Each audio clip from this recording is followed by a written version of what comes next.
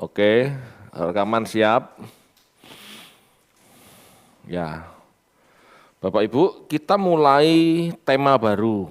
Ya, malam hari ini kita mulai dengan tema besar baru, yaitu gereja. Ya, dengan subtema makna gereja dan sejarahnya mula-mula. Mula-mula itu berarti abad pertama. Ya, karena mula-mula itu luas juga. Abad kedua, abad ketiga ada yang berpikir itu mula-mula. Ya. Tapi sebetulnya kalau mau jujur, mula-mula itu ya abad pertama. Maksudnya mula-mula itu para rasul, gitu. Ya. Istilah gereja atau church dalam bahasa Inggris, terjemahan dari bahasa Yunani ekklesia, ya, yang berasal dari kata ek yang berarti keluar, seperti exegesis gitu ya. Ek itu keluar, kaleo itu memanggil. Jadi gereja adalah suatu kelompok yang dipanggil keluar. Itu arti gereja. Seperti seorang jenderal memanggil warga kota itu warga merdeka ya, bukan budak, untuk ikut masuk dalam sebuah perang, gitu ya. Keluar dari kotanya untuk masuk dalam sebuah pertempuran. Di zaman Yunani pengertian eklesia itu seperti itu. Demikianlah gereja merupakan sekumpulan orang dengan kehendak bebasnya, ya, masing-masing dipanggil keluar dari dunia untuk masuk komunitasnya Tuhan Yesus dengan sebuah tujuan, yaitu keselamatan. Dan seperti kita tahu, keselamatan itu bukan pemberian Bapak Ibu. Keselamatan itu respon dari pemberian, betul. Tetapi bukan cuma pemberian cuma-cuma. Keselamatan adalah pemberian yang harus direspon dengan perjuangan segenap hidup. Itu keselamatan. Ya. Kalau ada yang berpikir keselamatan hanya pemberian cuma-cuma, itu keselamatan murahan. Keselamatan murahan, keselamatan yang tidak bisa dikenakan. Keselamatan yang tidak jelas maksudnya apa. Gitu ya. Keselamatan memang pemberian, tapi tidak cuma-cuma. Perlu respon untuk mengerjakan dengan segenap hidup. Itulah berjuang. Ya. Kata eklesia dapat digunakan dalam sebuah pengertian teknis dari gereja di Perjanjian Baru. Ya. Atau kata eklesia itu juga dapat digunakan dalam pengertian non teknis dari grup manapun. Jadi eklesia itu disebut gereja, ya kita menganggap diri kita itu gereja atau eklesia, boleh. Tapi ada kelompok lain yang menganggap dirinya eklesia, gitu ya, yang bukan percaya Yesus tapi kelompok gitu ya, kelompok tertentu keluar dari budaya tertentu membentuk tradisinya sendiri, ya itu juga eklesia. Jadi kata gereja, kata eklesia itu sebetulnya kata-kata umum, gitu ya, kata-kata yang umum. Jemaat, jemaah, itu gereja, itu eklesia, gitu ya. Itu sebenarnya kata-kata umum. Tetapi artinya jelas, ya, panggilan untuk orang merdeka untuk mengikuti sebuah komitmen. Nah itu komunitas ya, jelas itu. Kata eklesia muncul 114 kali di Perjanjian Baru, 3 kali di Injil dan 111 kali di surat-surat. Di kitab Injil hanya muncul di Matius 16 ayat 18 dan Matius 18 ayat 17. Gitu ya. Coba kita baca aja yang di Matius 16 ayat 18, ini paling penting. Matius 16 ayat 18, dan aku pun berkata kepadamu, engkau adalah Petrus dan di atas batu karang ini aku akan mendirikan jemaatku dan alam maut tidak akan menguasainya. Ya, maksud Yesus dari kalimat ini, Yesus sedang mendirikan kelompoknya. Yesus sedang mendirikan komunitasnya di atas pernyataan Petrus di ayat 16-nya. Coba Pak, ayat 16-nya dibaca Pak Andoko. Matius 16 ayat 16. Maka jawab Simon Petrus, engkau adalah Mesias, anak Allah yang hidup. Nah, pernyataan Petrus, engkaulah Mesias, anak Allah yang hidup. Itulah dasar gereja. Ya. Dasar gereja Kristen yang benar itu.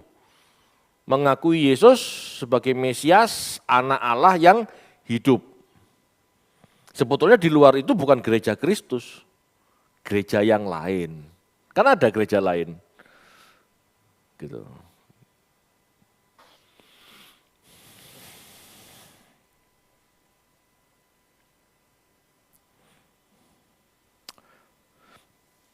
Disebut gereja Tuhan jika kelompok itu mengakui adalah Yesus sebagai Mesias, anak Allah yang hidup. Ya, itu dasar berdirinya gereja. Ya, Matius 16 ayat 18. Tapi di Kisah Para Rasul 2 ayat 42 terdapat ciri-ciri jemaat mula-mula, yaitu bersekutu untuk belajar, memecahkan roti dan berdoa. Kita baca yuk. Kisah 2 ayat 42. Kisah Para Rasul 2 ayat 42. Mereka bertekun dalam pengajaran rasul-rasul dan dalam persekutuan, dan mereka selalu berkumpul untuk memecahkan roti dan berdoa. Ya, jadi belajar atau bertekun dalam pengajaran para rasul merupakan bukti jemaat mula-mula tidak sekedar kumpul dan berliturgi, tetapi ada pendalaman Alkitab juga. Kisah 17 ayat 11.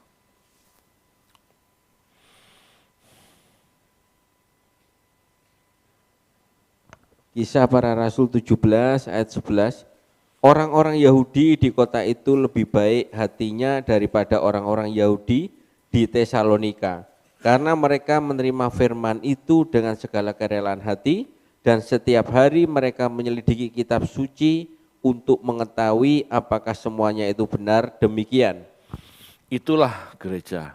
Jadi gereja adalah komunitas yang melakukan pendalaman Alkitab, memecahkan roti sebagai sebuah peringatan yang Tuhan perintahkan untuk mengenang penebusan dan tanda persekutuan, ya.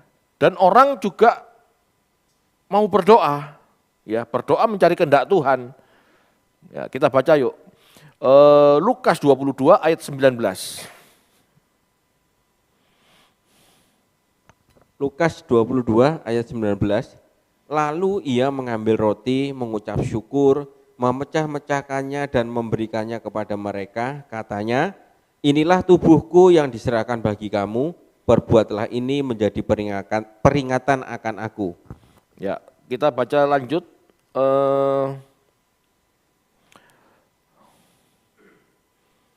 Enggak usah dah. Jadi gini, di dalam gereja itu ada yang namanya belajar Alkitab, ada yang namanya memecahkan roti, mengenang apa yang Tuhan sudah lakukan, yaitu penebusan, dan ada berdoa. Ya. 3 hal itu ciri sebuah gereja. Awal mulanya bukan liturgi, Bapak Ibu. Awal mulanya bukan liturgi, ya kumpul belajar. Mereka ingat ya, mereka orang Yahudi. Kalau mereka mau berliturgi, mereka ke bait Allah. Enggak di gereja. Mereka yang disebut gereja atau episinagogen itu pertemuan komunitas. Ya. Mereka orang Yahudi, kalau mereka mau berritual, mereka ke bait suci. Kan masih ada saat itu bait suci. Gitu ya. Mereka masih Yahudi loh, agamanya Yahudi loh. Tapi mereka percaya Yesus, mereka belajar Alkitab, mereka berdoa, dan mengenang perbuatan Tuhan Yesus dalam melakukan penebusan. Jadi gereja itu bukan ibadah Bapak Ibu. Gereja itu tempat belajar. Gereja itu tempat mengubah pola pikir. Gereja itu tempat bagaimana kita ditebus Tuhan untuk memperoleh pencerahan, pengajarannya yang dilanjutkan oleh para rasul. Dan berdoa. Berdoa itu apa? Menyatukan hati, meminta tuntunan Tuhan, bagaimana aku harus hidup Tuhan. Nah itu berdoa. Jadi gereja mula-mula itu bukan ibadah loh. Dan seharusnya sampai sekarang kita jangan pernah berpikir gereja itu tempat ibadah. Gereja, ruangan ini, tempat ini, komunitas ini itu tempat berkumpul belajar Alkitab. Jadi kalau ada yang disebut gereja tapi tidak belajar Alkitab itu heran. Yang dikhotbahkan cuma kiat sukses. Kiat doa yang didengar. Emangnya kalau nggak pakai kiat itu Tuhan nggak mendengar doa? Ini kan aneh. Tuhan itu maha hadir Bapak Ibu. Kita dalam hati saja Tuhan dengar kok. Jadi nggak usah pakai kiat untuk doa didengar. Tuhan pasti dengar. Masalahnya doamu benar apa enggak kan itu. Ya. Jadi kalau memahami ini, kita tidak terjebak seolah-olah kalau sudah seminggu sekali ke gereja sudah ibadah. Enggak. Ibadah yang benar dalam hidup kekristenan itu di luar gedung ini. Bagaimana kita bertemu orang lain, bagaimana kita diperhadapkan dengan masalah, bagaimana respon kita. Adakah kita menjadi berkat bagi orang lain? Adakah kita merespon dengan positif setiap masalah yang ada? Itu ibadah. Persembahkanlah tubuhmu sebagai persembahan yang hidup. Itu maksudnya, itu ibadah. Jadi hidup kita setiap hari, hari demi hari itu ibadah. Kalau ke gereja itu bukan ibadah Bapak Ibu. Kita belajar, kita mengenang kebaikan Tuhan dan kita berdoa. Ya. Meeting together, episinagogen, itu ke gereja. Ya, jadi jangan salah paham. Jadi gereja bukan gedung, gereja juga bukan lembaga atau organisasi. Lembaga atau organisasi ini ada karena memang tuntutan administrasi pemerintah untuk ketertiban. Jadi gereja itu bukan gedungnya, bukan organisasinya. Gereja adalah komunitas orang percaya yang memiliki gairah mengenakan Roh Kristus. Saya ulangi, gereja adalah komunitas orang percaya Yesus yang memiliki gairah untuk mengenakan Roh Kristus. Bagaimana kita mengenakan Roh Kristus kalau kita nggak mengenal Kristus? Makanya di setiap pertemuan di gereja ada pembahasan Alkitab. Fokusnya pada Tuhan Yesus, bukan pada Yabes, bukan pada Salomo, pada Yesus. Gitu ya. Kita mengenal Allah di dalam nama Yesus, bukan di dalam nama Yabes. Itu baru gereja Kristen. Kecuali gereja Yabes dibangun atas dasar teologi Yabes, ya silakan. Tapi kalau gereja Kristen seharusnya dibangun atas dasar pengertian mengenal anak Allah, Mesias ini. Gitu ya. Jadi gereja merupakan persekutuan orang-orang yang mau sepakat, mau hidup kudus, seperti Kristus. Itulah gereja.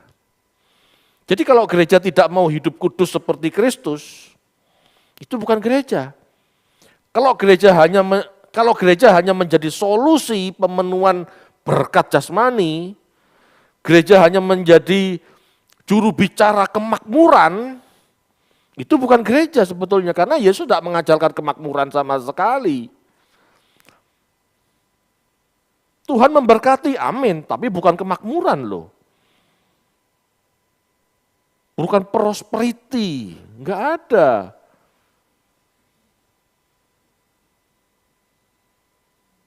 Kita harus jadi roti terpecah, anggur tercurah.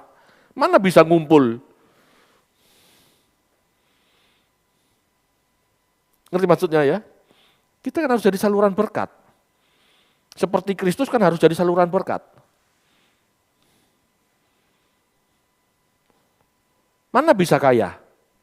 Tidak bisa. Bahkan Tuhan Yesus sering Tuhan Yesus kasih perumpamaan orang yang mengumpulkan hartanya gitu dan berkata, "Hai jiwaku, tenanglah karena begitu banyak." Ini orang tersesat sebetulnya, orang yang sedang menuju kebinasaan. Jadi kalau gereja mengajarkan menumpuk berkat, menumpuk berkat-berkat jasmani, materi, kesuksesan, kemakmuran, itu sebetulnya menjadi lawannya Tuhan Yesus. Itu gereja lawannya Tuhan Yesus. Hati-hati dengan seperti itu. Tapi banyak yang gereja kayak gitu yang sekarang laku. Ya, itu yang dijual. Ya. Dan banyak orang tertarik sama gereja kayak gitu. Kenapa? Baik, indah, dan sedap rasanya. Itulah. Sedangkan pohon kehidupan itu tidak menarik. Yang menarik pohon pengetahuan baik dan jahat, yang baik, manis, sedap rasanya. Nah itu yang ditawarkan. Nah, ya, jadi harus hati-hati.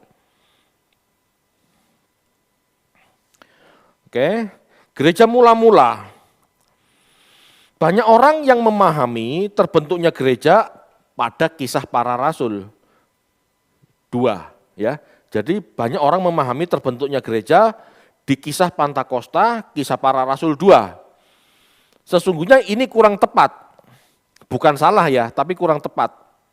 Gereja telah terbentuk saat Yesus menyatakan pada Petrus. Ya, di Matius 16 ayat 18 tadi. Ya, atas dasar ini kubangun jemaatku. Sebetulnya itu sudah perintisan, sudah dimulainya zaman gereja.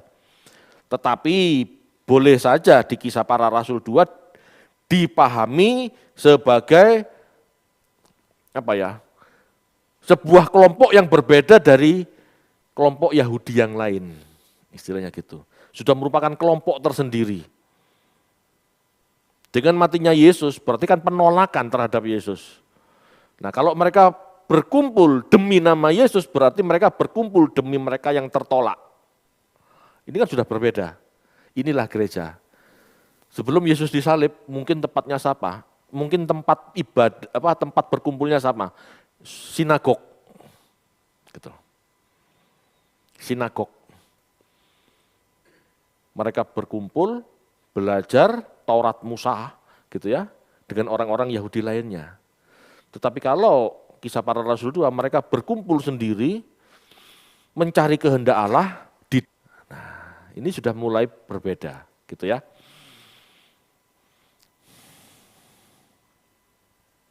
Pemahaman mulainya gereja sejak zaman para rasul tidak salah. Sebab sejak naiknya Yesus ke sorga, gereja dianggap kelompok tersendiri yang dimulai hanya dengan 120 orang. Ya, mula-mula itu 120 orang. Semakin hari semakin lepas dari komunitas Yahudi secara umum. Ya, kita baca yuk. Kisah para Rasul 1 ayat 15. Kisah para Rasul 1 ayat 15. Pada hari-hari itu berdirilah Petrus di tengah-tengah saudara-saudara yang sedang berkumpul itu, kira-kira 120 orang banyaknya, lalu berkata. Nah, ya, jadi disitulah awal mula gereja. 120 orang dan Petrus yang khotbah. Kacamata dimulainya gereja tidak bisa lepas dari turunnya Roh Kudus. Sebab sejak itulah penginjilan terjadi secara masif. Injil Yesus semakin luas diberitakan dan banyak gereja atau jemaat yang muncul terbentuk. Gitu ya. Pertama kali gereja muncul ya di Yerusalem. Tempat pencurahan Roh Kudus.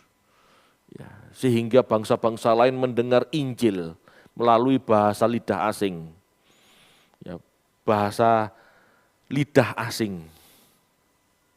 Bukan bahasa roh ya, bahasa lidah asing. Di mana mereka mendengar ya, siapa Yesus dari mulut orang yang tidak bisa bahasa itu.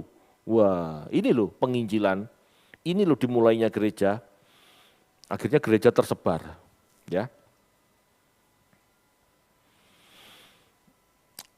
Kita baca Lukas 24 ayat 46 sampai 48.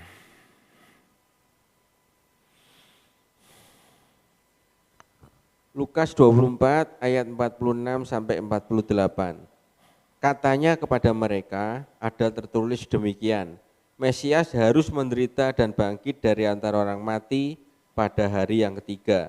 Dan lagi, dalam namanya berita tentang pertobatan dan pengampunan dosa harus disampaikan kepada segala bangsa, mulai dari Yerusalem, kamu adalah saksi dari semuanya ini. Ya, sekarang bandingkan dengan Kisah Para Rasul 1 ayat 8.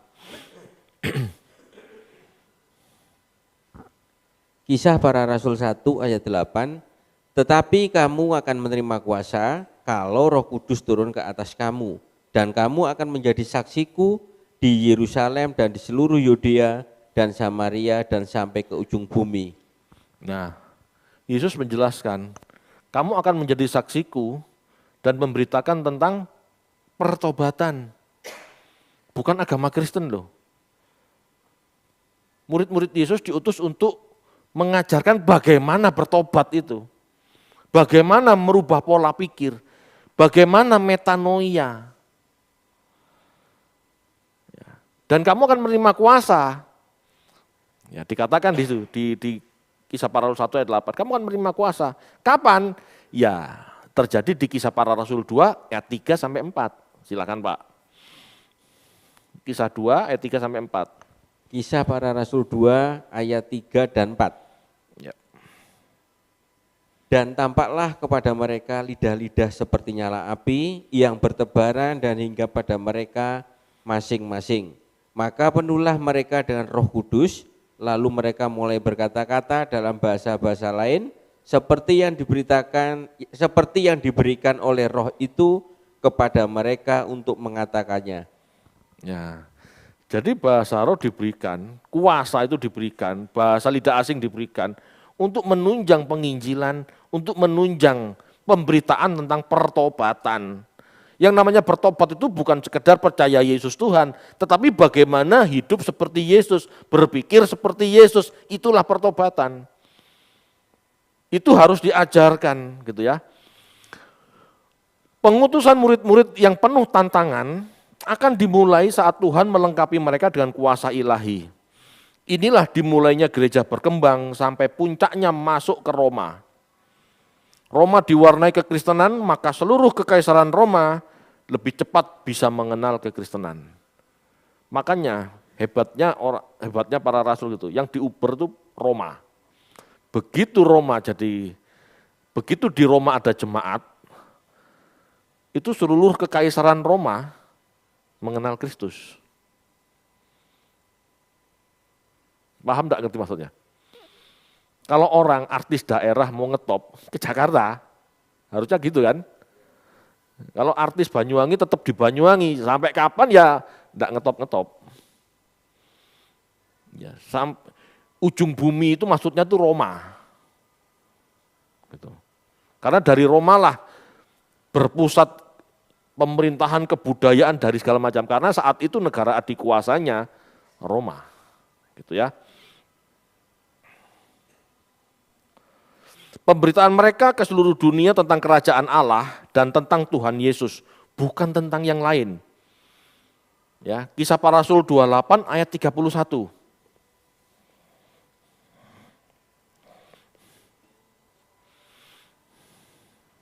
Kisah Para Rasul 28 ayat 31, dengan terus terang dan tanpa rintangan apa-apa ia memberitakan kerajaan Allah dan mengajar tentang Tuhan Yesus Kristus. Ngajar apa rasul-rasul? Kerajaan Allah dan Yesus. Bagaimana seperti Yesus, hidup seperti Yesus hidup. Kerajaan Allah itu pemberitaan tentang bagaimana seseorang taat kepada Allah sebagai rajanya seperti Yesus. Kalau pemberitaan gereja di luar itu, Itu bukan gereja sebetulnya. Bisa jadi kelas motivasi.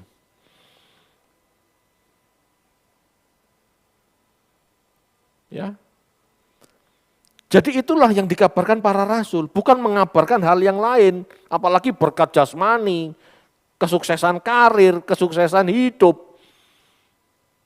Itu bukan gereja Bapak Ibu. Gunung Kawi itu. Ya, pesugihan. Pesugihan berkedok gereja. Nah ini bahaya. Kenapa? Orang tidak sampai pada pertobatan. Gitu ya. Lawang Tuhan ngomong, kamu nggak bisa hidup mengabdi pada dua Tuhan, lah kok malah diajari mengabdi pada mamon, menguber berkat, mengejar sukses hidup. Kan tambah salah. Tapi kayak gini dibiarkan. Yang kayak gini ini nggak dianggap sesat. Padahal itu yang membinasakan. Paham ya? Jadi keributan ini sebetulnya masalah gairah masing-masing itu loh.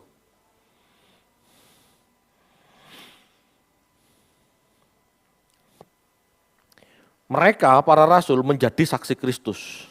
Saksi adalah bahasa pengadilan. Ya, di pengadilan negeri itu ada saksi, betul? Sebetulnya saksi itu. Saksi Kristus. Saksi adalah bahasa pengadilan yang berarti di bawah sumpah.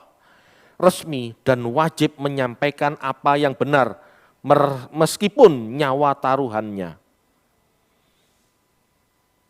Pak, saya saksi Kristus. Lalu ke atas mimbar, saya mau bersaksi, saya diberkati, rumah, mobil. Itu bukan saksi Bapak Ibu. Yang namanya saksi bukan itu. Yang namanya saksi itu disumpah untuk menyatakan siapa Yesus yang sebenarnya, itu saksi. Kalau saksi Kristus memberitakan hal lain, itu berarti bersaksi dusta. Banyak orang Kristen merasa sudah jadi saksi. Bahkan hampir semua jemaat merasa dirinya saksi. Lah kalau dia nggak hidup seperti Kristus hidup, dia bukan saksi loh. Ya. Saksi dalam bahasa Yunaninya itu martir. Itu saksi. Dan Anda tahu yang disebut martir? Berani dibunuh untuk apa yang disaksikan. Itu saksi. Saksi itu martir. Jadi bukan cuma ngomong, saya bersaksi, begini begitu, itu bukan saksi. Kalau kita berani mati demi hidup sosok yang kita percaya, yaitu Yesus gitu ya. Berani ambil resiko demi Tuhan kita, Yesus, itulah saksi.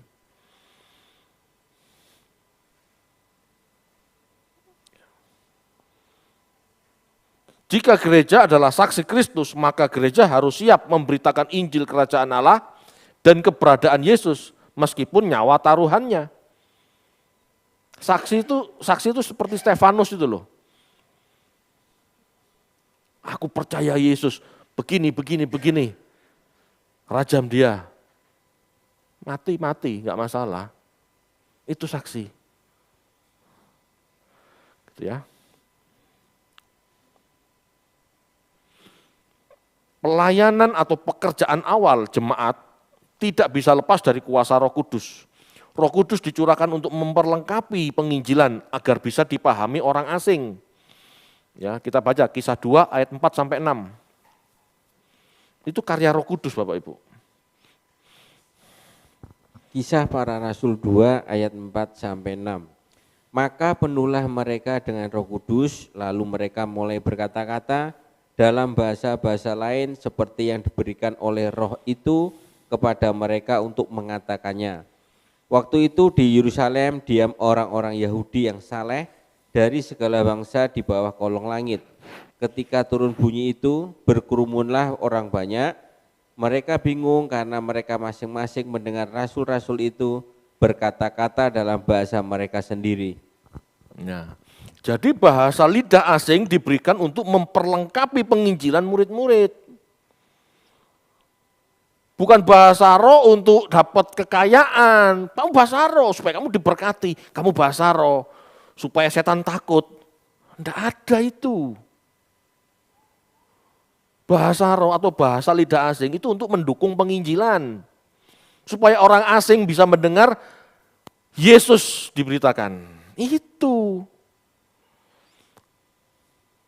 Bukan bahasa roh supaya diberkati, bahasa roh supaya sukses. Bukan. Roh Kudus juga dicurahkan agar para murid berani tampil menyampaikan kebenaran. Kisah Para Rasul 2 ayat 41. Kisah Para Rasul 2 ayat 41. Orang-orang yang menerima perkataannya itu memberi diri dibaptis, dan pada hari itu jumlah mereka bertambah kira-kira 3.000 jiwa. Nah, berani menyampaikan kebenaran.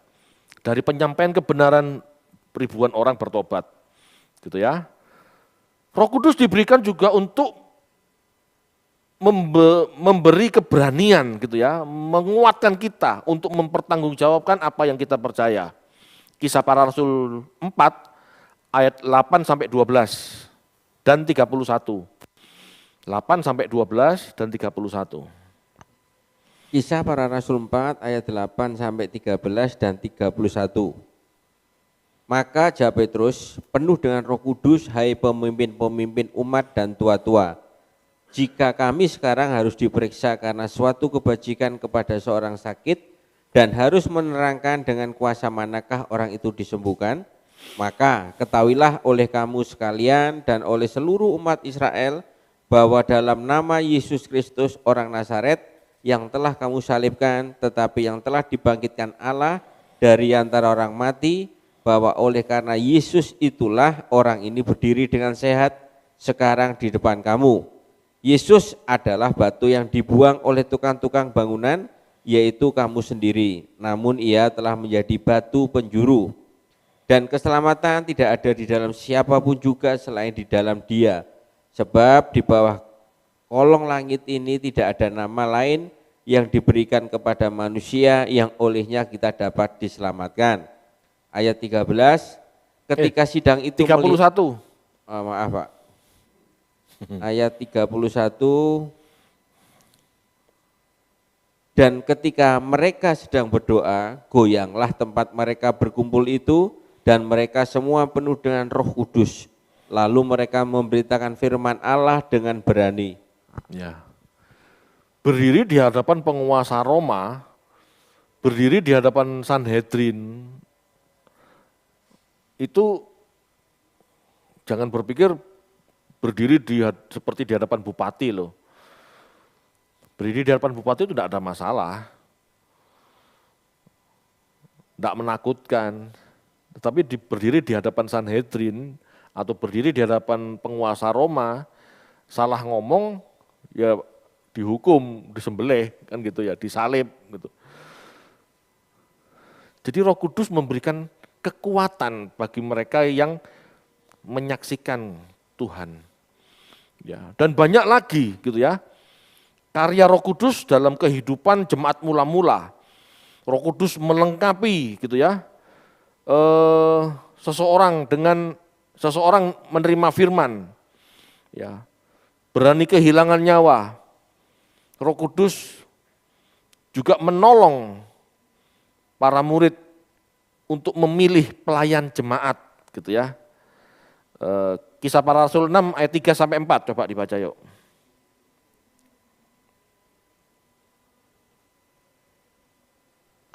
Kisah Para Rasul 6 ayat 3 dan 4. Karena itu saudara-saudara, pilihlah 7 orang dari antaramu yang terkenal baik dan yang penuh roh dan hikmat, supaya kami dapat mengangkat mereka untuk tugas itu. Dan supaya kami sendiri dapat memusatkan pikiran dalam doa dan pelayanan firman. Jelas? Jadi Roh Kudus diutus dalam dunia itu untuk memperlengkapi gereja dengan tujuan karya keselamatan, Bapak. Mengenakkan hidup, menyamankan hidup. Berbahasa roh, nanti kamu diberkati. Itu ajaran dari mana seperti itu? Jadi Roh Kudus itu diberikan dengan segala karunia-Nya itu untuk mendukung karya keselamatan Tuhan yang dikerjakan murid-murid, yang dikerjakan gereja. Jadi jangan salah. Loh Pak, Roh Kudus kan Allah, kan maha kuasa, bisa ngapa-ngapain. Betul, Roh Kudus bisa ngapa-ngapain, tetapi tujuan diberikannya Roh Kudus oleh Allah untuk karya keselamatan, bukan memperkaya diri. Jadi kalau ada gereja-gereja pakai bahasa roh untuk diberkati, untuk tolak bala, ini salah loh. Enggak sesuai tujuan Roh Kudus menyatakan dirinya untuk apa? Penolong memperoleh keselamatan. Karena keselamatan itu tidak cukup Tuhan Yesus. Loh Pak, Tuhan Yesus ngomong sudah genap itu karya Yesusnya sudah genap. Sedangkan dirimu itu kan belum selamat. Kita ini kan belum selamat. Karya Yesus sudah genap, selesai, aku berakhir di sini. Mati di salib, berakhir, sudah selesai. Tapi kamu, gitu ya, kita belum mengenakan salibnya. Lah untuk mengenakan salibnya inilah kita perlu pertolongan Roh Kudus. Supaya kita dikuatkan, berani hidup benar, berani menjadi terang, berani menjadi saksi. Lah gereja itu diadakan untuk ini loh. Ya. Bukan untuk yang lain.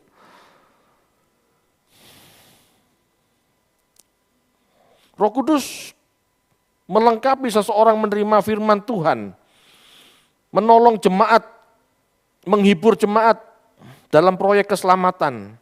Intinya Roh Kudus memperlengkapi seseorang atau jemaat untuk karya keselamatan, bukan untuk yang lain. Ya, mulai sekarang pola pikir diubah.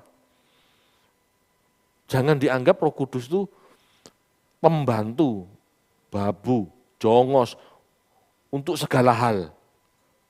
Dia penolong supaya kita dapat memperoleh keselamatan. Itu intinya. Nanti akan kita bedah ya, di tema gereja ini akan kita bedah, karunia-karunia roh itu buat apa gitu ya, akan kita bahas juga. Jemaat mula-mula ya selain di Yerusalem adalah di Antiokhia. Di sanalah murid-murid dan pengikut Kristus disebut Kristen. Itu sekitar 5 tahun, ya, 5 tahun setelah penyalipan. Kisah Para Rasul 11 ayat 26, dibaca yuk.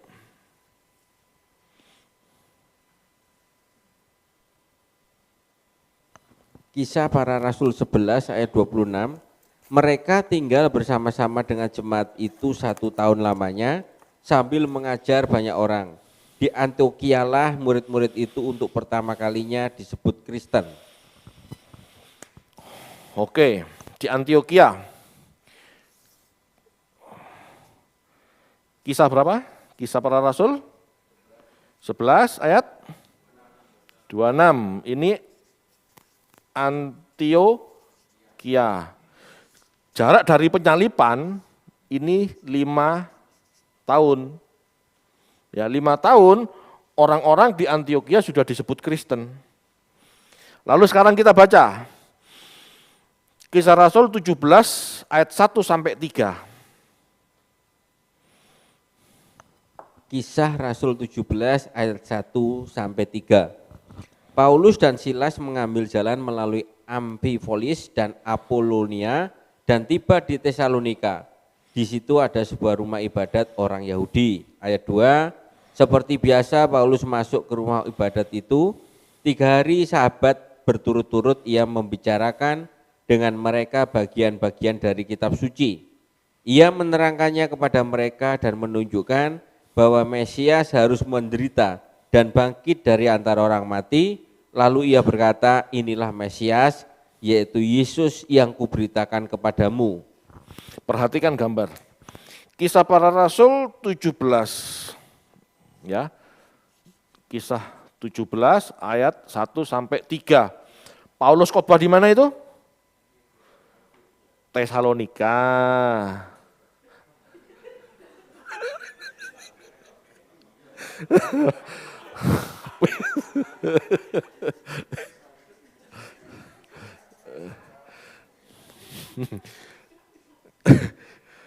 Paulus khotbah di Tesalonika itu tahun 49 ya, kira-kira 49 Masehi, sebelum tahun 50 pokoknya. Ya makanya ada surat 1 Tesalonika, Galatia, itu kan tahun 50. Berarti sebelum surat itu dibuat, Paulus pernah khotbah di situ gitu loh. Nah, makanya Tesalonika ini sekitar tahun 49 atau sebelumnya. Sedangkan Antioquia 5 tahun setelah penyalipan, berarti sekitar tahun 35 Masehi. Gitu ya. Kenapa saya tunjukkan diagram ini? Ada tuduhan bahwa kekristenan itu katanya dibangun oleh Paulus. Jelas tidak, karena Paulus baru khotbah sekitar tahun 40-an. Sedangkan jemaat Kristen, disebut Kristen, itu sudah ada di Antioquia tahun 35 Masehi.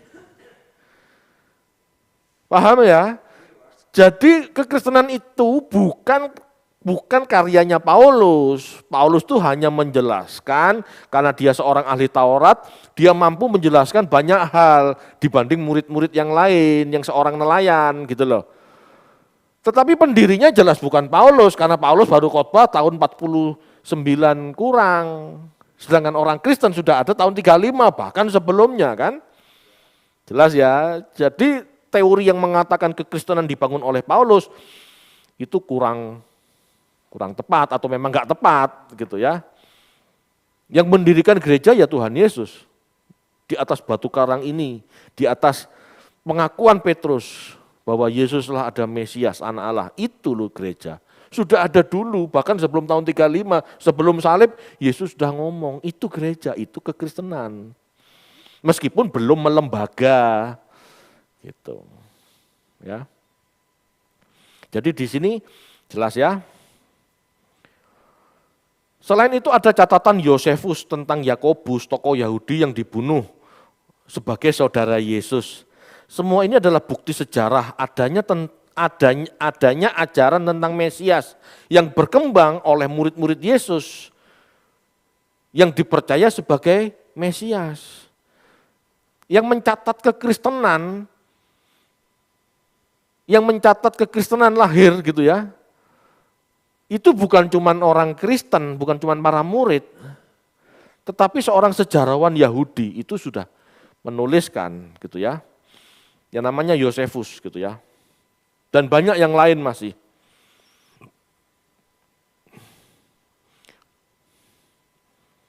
Jadi jika tulisan Paulus 1 Tesalonika atau Galatia yang bertanggal tahun 50 Masehi, maka 20 tahun sebelum surat ini muncul itu sudah ada yang namanya gereja. Banyak. Gitu ya. Kalau Paulus khotbah di Tesalonika tahun 49, kalau 1 Tesalonika, ya surat 1 Tesalonika diperkirakan tahun 50, berarti kan Paulus sudah khotbah di jemaat itu di tahun-tahun sebelumnya, betul? Itu maksudnya. Jadi sudah ada jemaat Yerusalem minimal, Antioquia, Tesalonika, Galatia, itu sudah ada. Gitu loh. Itu gereja mula-mula itu. Gitu ya. Jika Paulus menginjil ke Yudea, jika Paulus menginjil keluar Yudea, maka Petrus memberitakan Injil kepada bangsanya. Petrus awalnya berkhotbah di sekitar Yerusalem, di Serambi Salomo, tetapi kemudian dia keluar juga. Kita baca aja. Kisah 3 ayat 11.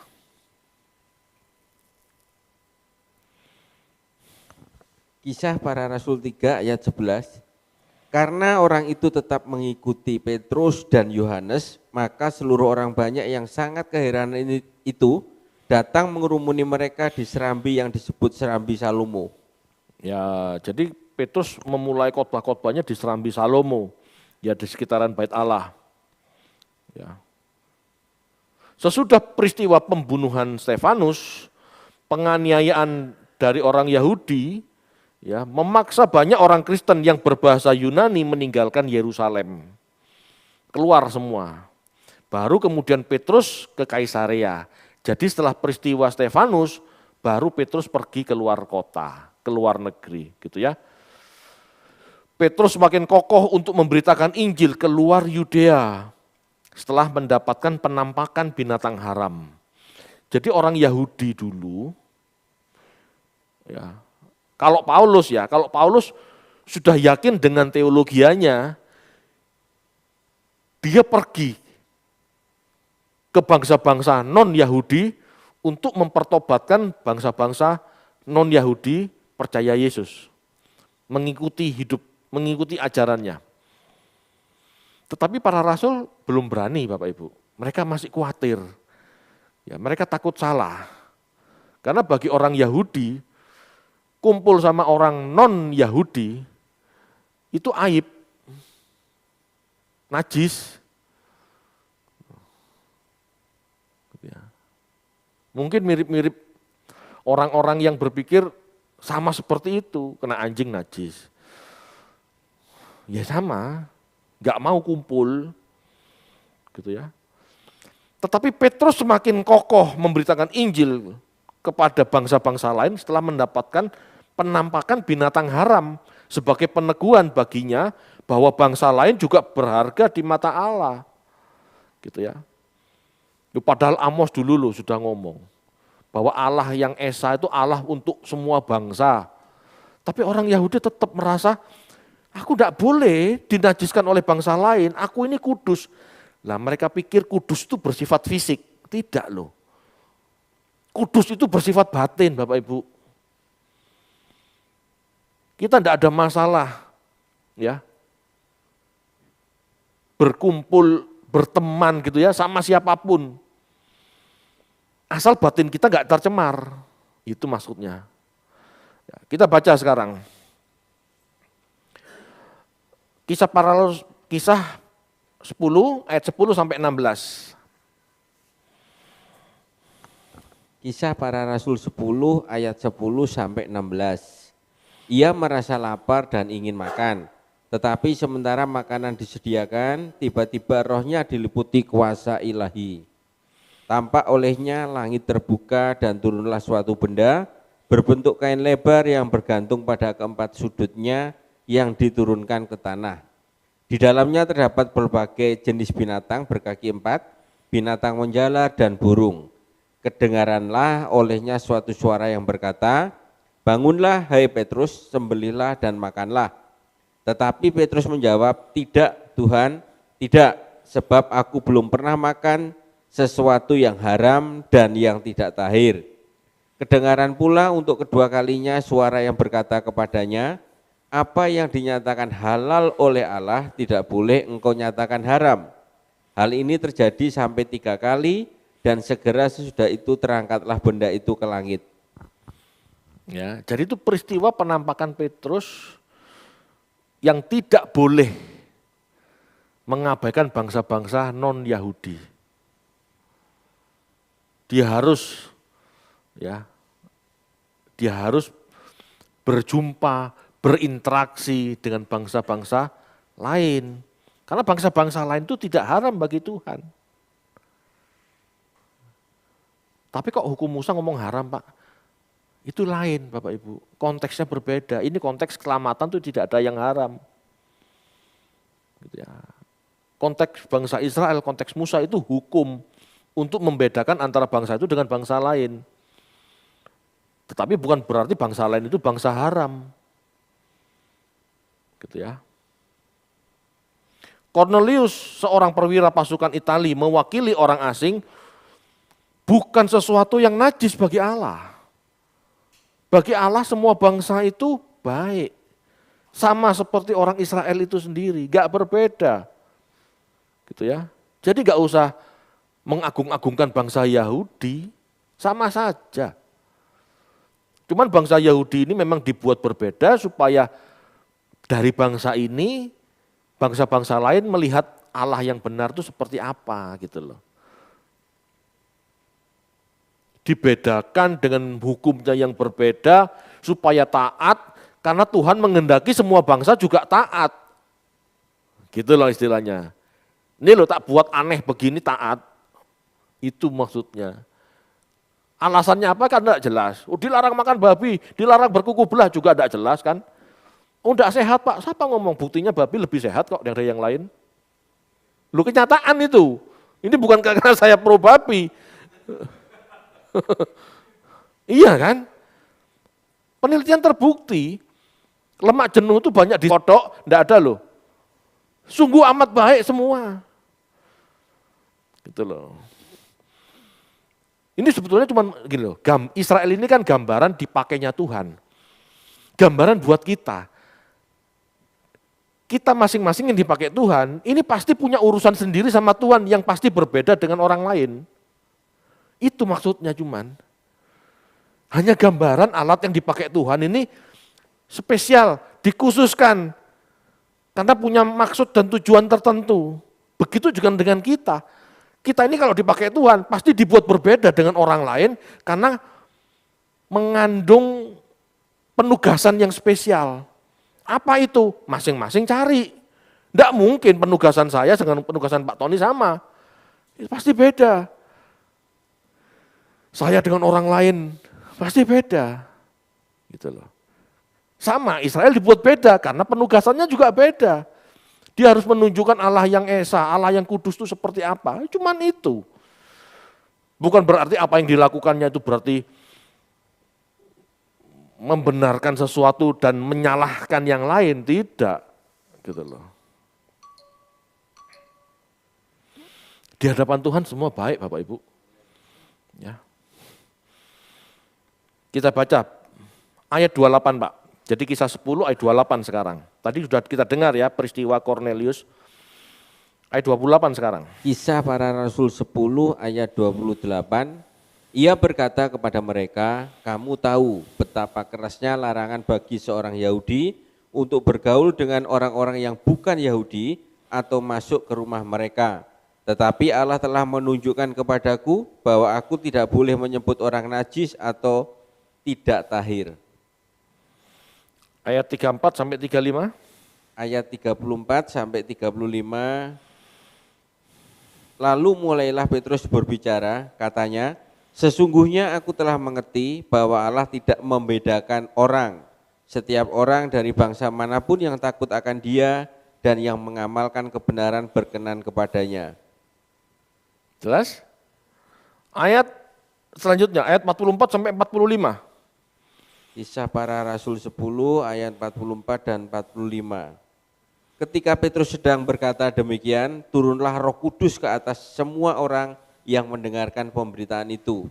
Dan semua orang percaya dari golongan bersunat yang menyertai Petrus tercengang-cengang karena melihat bahwa karunia Roh Kudus dicurahkan ke atas bangsa-bangsa lain juga. Nah, kalau Roh Kudus saja menjamah orang tidak bersunat, bangsa lain, lah kenapa manusia menganggap orang asing itu najis? Paham ya? Jadi di hadapan Tuhan semua orang itu sama. Gini loh Bapak Ibu, di dalam tradisi Yahudi itu ada dua hukum sebetulnya.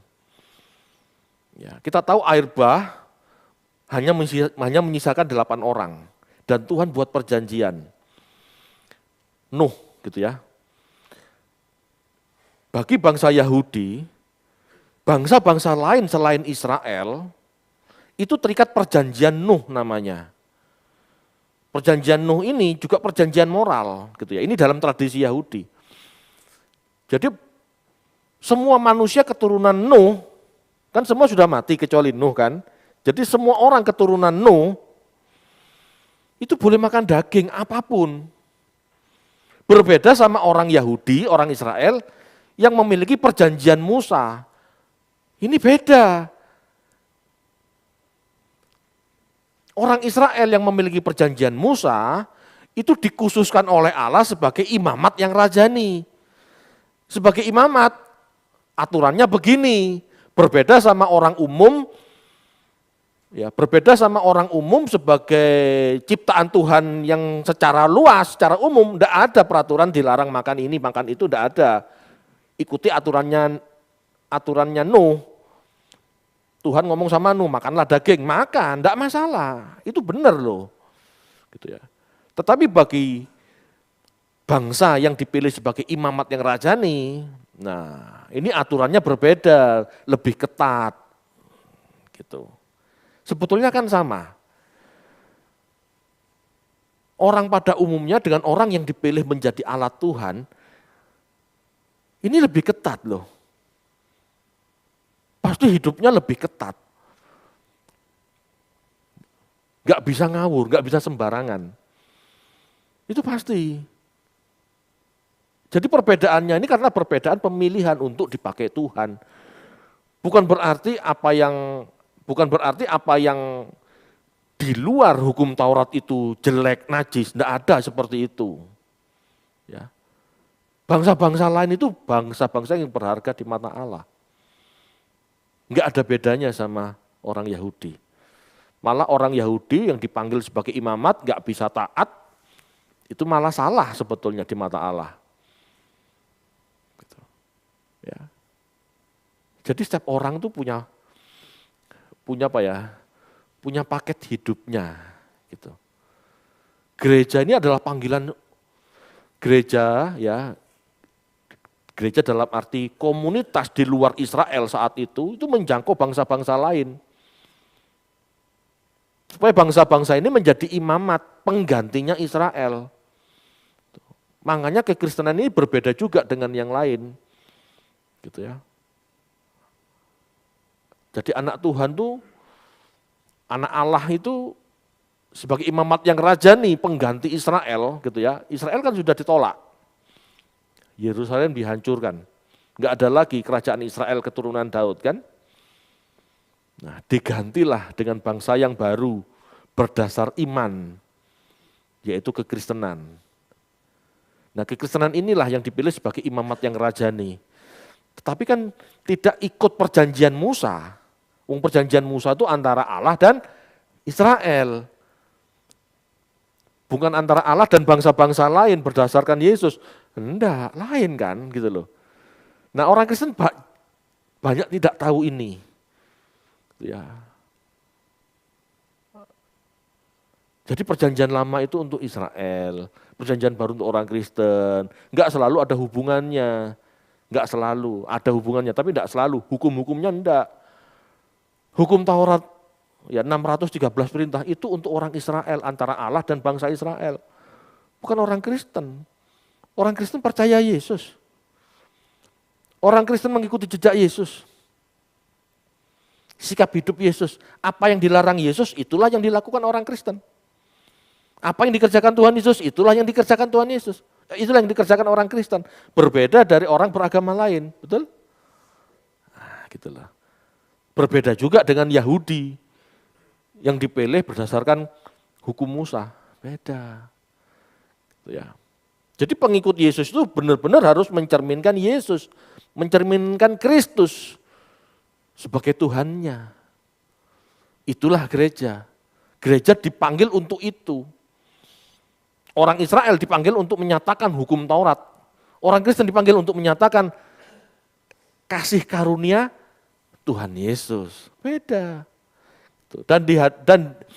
Dan bagi kekristenan, semua orang suku bangsa secara biologis dianggap sama, tidak ada perbedaan. Gitu. Ya semoga bisa dipahami